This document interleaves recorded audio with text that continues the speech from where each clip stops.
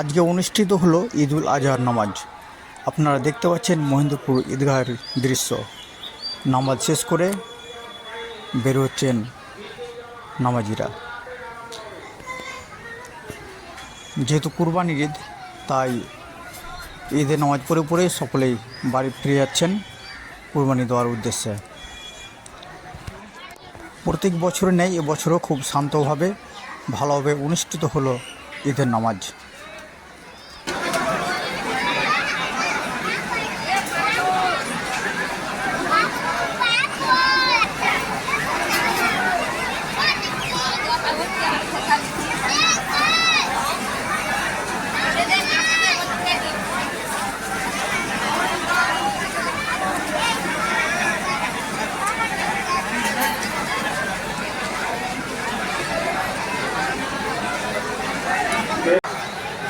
الحمدلله نحمده ونستعينه ونستغفره ونؤمن به ونتوكل عليه ونعوذ بالله من شرور انفسنا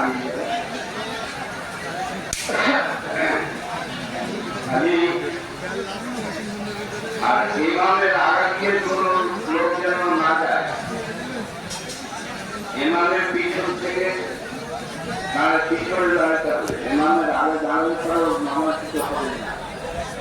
আর এই নামাজটা যদিও সুন্নাত, তবুও খুব গুরুত্বপূর্ণ সুতরাং এই নামাজটাকে অবহেলা আমরা করব। ইমানের অর্থে